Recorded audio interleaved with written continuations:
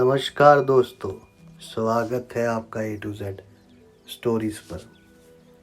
हमारे साथ जुड़े रहने के लिए हमें सब्सक्राइब कीजिए और बेल आइकन को ज़रूर दबाइए।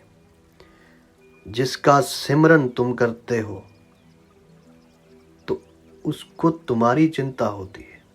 जब ऐसे प्रेम को उपस्थित हो जाते हो, ऐसा प्यार अपने गुरु से, अपने पीर से, अपने रहबर से, अपने फ़कीर से, अपने मुर्शिद से, अपने रब से हो जाता है, तो फिर वही बात होती है कि भक्तां के कारज आप खलोया, सब कम करावण आया राम।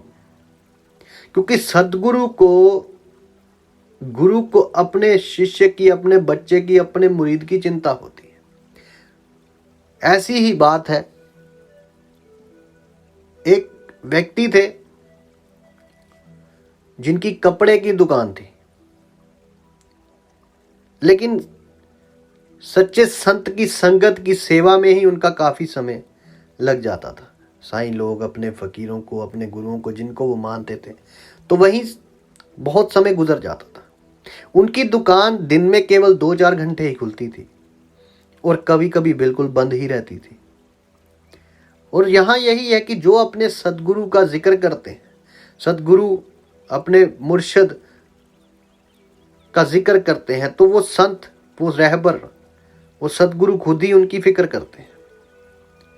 क्योंकि अगर जिक्र है तो फिक्र नहीं, और अगर फिक्र है तो फिर जिक्र क्यों। तो इसी तरह वो जो चाहे दुकान थोड़े समय के लिए खोलते थे, वो जो व्यक्ति थे, परंतु उसी थोड़े समय में ही उनको दिन भर की कमाई हो जाती थी।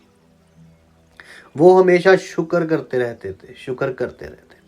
एक दिन उनकी दुकान के आसपास वाले दुकानदार इकट्ठे होकर उनके पास आए और कहने लगे कि एक बात हमें बताइए कि क्या आप ग्राहकों को टाइम देकर आते हो, वक्त देकर आते हो?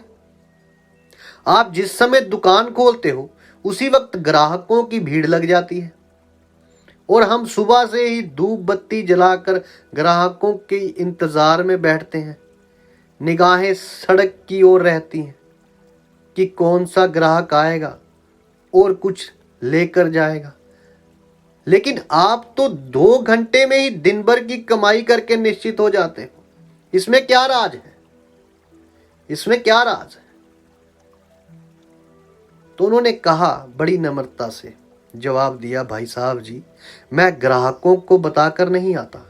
बात केवल इतनी है कि जिस शहंशाह की, साईं, जिस शहंशाह की, अपने सतगुरु की मैं नौकरी करता हूं, वे आप ही मेरा बहुत ध्यान रखते हैं। मेरा मालिक ग्राहकों को खुद ही उसी समय भेजता है जब मैं दुकान पर होता हूं, और मुझे अपनी सेवा के लिए काफी समय बख्श देता है। तो दोस्तों, इस संसार से एक दिन हम सभी ने खाली हाथ ही तो जाना है। इसलिए हमें संतों, फकीरों, गुरु रहबरों की संगत की सेवा करके आगे के लिए भी कुछ इकट्ठा कर लेना चाहिए। परमात्मा का नाम सिमरन करके आगे के लिए भी कुछ इकट्ठा कर लेना चाहिए। उनसे अपने गुरु के प्रेम और सेवा की महिमा सुनकर सभी की आंखों भर आई। उस दिन के बाद कई भाइयों ने सत्संग और सेवा में जाना भी शुरू कर दिया। गुरु पीरों रहबरों की संगत में बैठना उठना शुरू कर दिया। क्योंकि जब फकीर की सोबत करोगे ना, तभी कुछ ना कुछ हासिल हो पाएगा। तो वो यही सोचते थे कि काश हम पर भी कुछ असर हो जाए और हम भी सेवा में, भक्ति में समय लगाकर अपना जीवन सफल बना लें। तो जिंदगी को सफल करने में भी उन्हीं का ही हाथ होता है।